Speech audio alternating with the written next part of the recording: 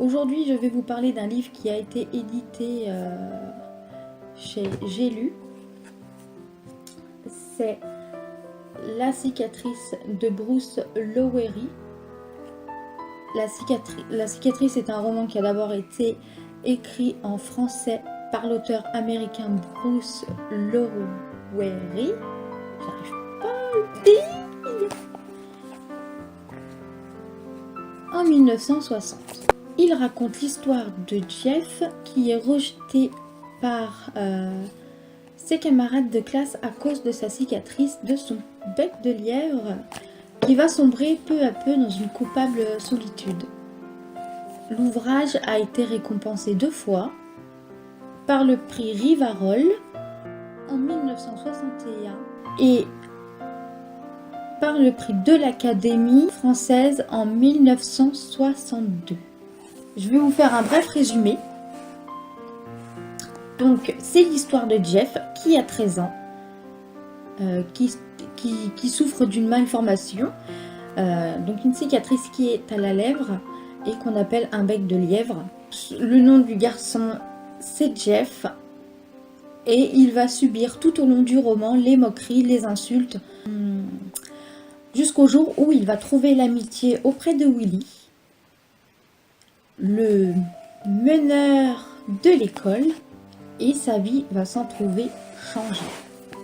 Maintenant, on va passer à mon analyse, mon avis. Le titre est court, il est composé d'un seul nom et peut avoir multiples interprétations par rapport au contenu du roman. La cicatrice peut être interprétée physiquement par une marque sur la peau, dont là dans le roman nous parlons de la lèvre de Jeff, et qui reste indélébile. Mais aussi on peut parler de cicatrice intérieure, quelque chose qui a été marqué à vie. C'est là ce que j'appellerais la cicatrice psychologique. Au début du roman, la cicatrice est un bec de lièvre qui perturbe énormément Jeff. Mais au fur et à mesure que l'histoire avance, je me rends compte que ça laisse place à la cicatrice psychologique.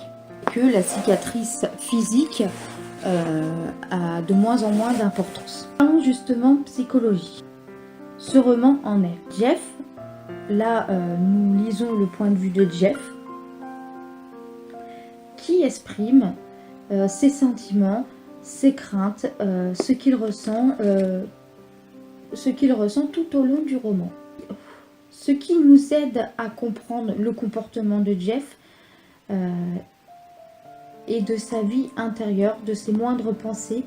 C'est comme si nous étions intimes avec lui. Comme on est dans le point de vue de Jeff, on a chaque moment de sa vie pendant l'hiver. J'ai perdu la date de l'hiver. Pendant l'hiver 1944, je crois. On a donc ses prières, les moqueries et le vol. La cicatrice symbolise la souffrance, la solitude, la différence, l'exclusion, tant d'aspects de l'humanité. On peut dire que le récit nous apprend la vie du quotidien. On peut retenir une sorte de transfert car Jeff vole les timbres de son ami Willy et plutôt que d'avouer sa faute, il va rejeter tout cela sur Ronald, un autre camarade de classe, et réussira à lui faire porter le chapeau. Mais jamais dans le roman, même s'il en souffre énormément, il ne va s'excuser de son geste, il va avouer qu'il a volé, il va tout simplement rejeter sur la faute de Ronald pour lui faire porter le chapeau. Il transfère toute sa colère sur ses proches et sur son petit frère Bubu surtout. Il rejette. Ses parents, son frère ne comprennent pas pourquoi il devient comme ça.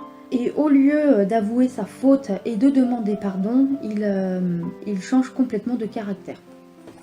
La cicatrice est un livre de poche.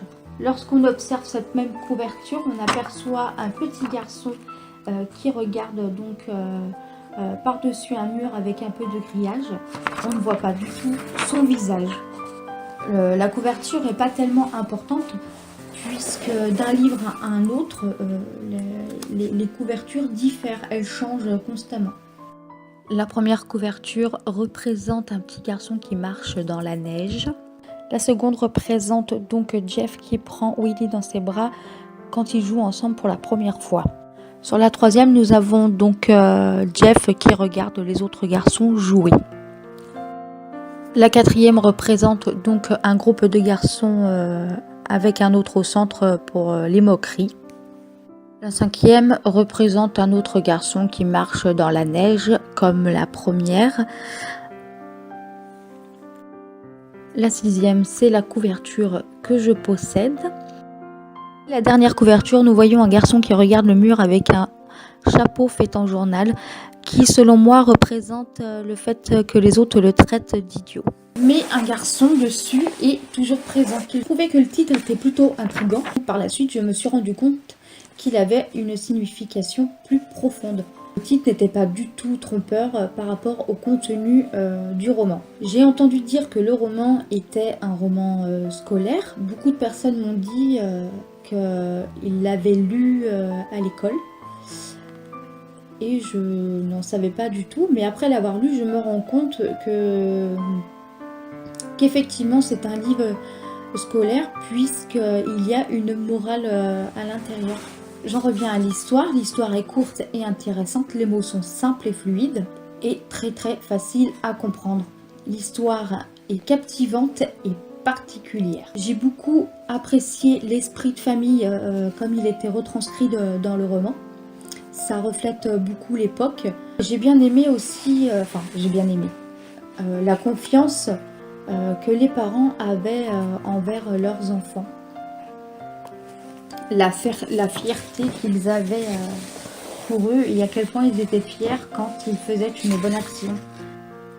Quand Jeff a eu ce geste de voler les timbres, j'ai été très déçue et je me suis imaginé que les parents apprennent la vérité et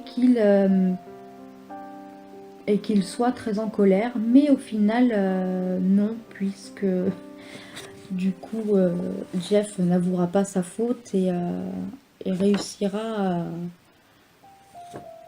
à mettre la faute sur quelqu'un d'autre. Et je pense aussi que c'est pour ça que Jeff n'a pas pu cracher le morceau, de perdre la confiance de ses parents, l'amour de son petit frère, parce que son petit frère lui voue un amour immense. Il aime beaucoup Jeff. Baby aime beaucoup Jeff, c'est son grand frère, c'est comme un modèle. Et je pense que Jeff avait peur aussi de le décevoir. Quelque part, s'il ne retrouvait pas le regard assurant de ses parents, ça allait le déchirer lui. Et il a préféré mentir à ses proches et à mettre la faute sur quelqu'un d'autre que de voir la déception dans le regard de sa famille et de perdre son ami Will. Par rapport au geste de Jeff, avant cela, il y avait une telle complicité dans la famille que c'était agréable à lire et ensuite on en vient au malaise. Les chapitres sont pas trop longs, ils ne sont pas trop courts non plus. C'est énormément varié, on va passer de l'amitié à la déception, puis aux insultes et le vol. J'ai été quand même attristée par le décès un peu brutal de Bubby. Ça laisse sous-entendre que c'est de la faute de Jeff alors que c'est un accident puisqu'il a trébuché des escaliers et il est tombé. J'ai été très triste à la fin parce que je ne m'attendais pas du tout à cette fin-là. Bon, j'aurais voulu que Bubby ne meure pas.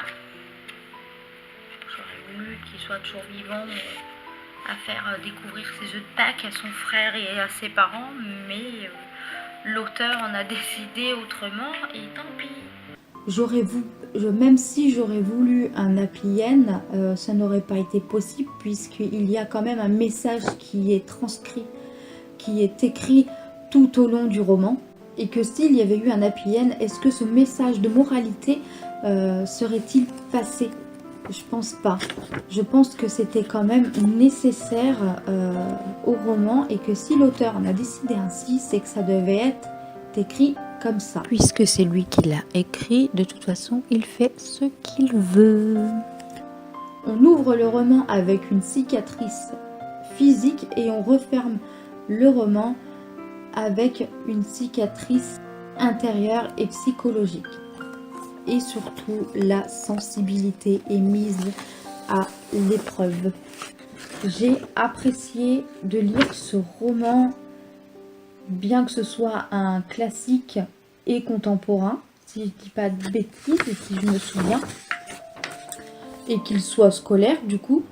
Je l'ai trouvé très très intéressant et il est au moins à lire une fois. Une fois, faut le lire pour comprendre certaines choses de la vie, ce que peut engendrer un acte, un mensonge et les actes qu'il peut y avoir par la suite. Et que même si on ne dit pas la vérité et qu'on arrive à arranger les choses en faisant porter la faute sur quelqu'un d'autre, moralement, on n'en reste pas indemne.